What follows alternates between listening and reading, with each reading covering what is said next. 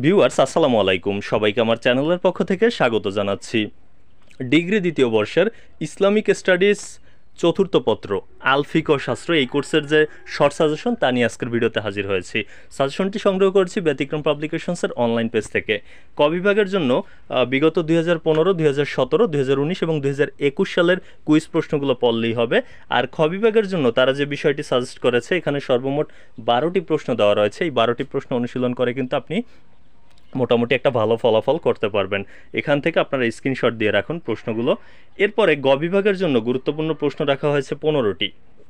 এই 15টি প্রশ্ন যদি ভালোভাবে অনুশীলন করা যান তবেও কিন্তু ভালো ফলাফল সম্ভব।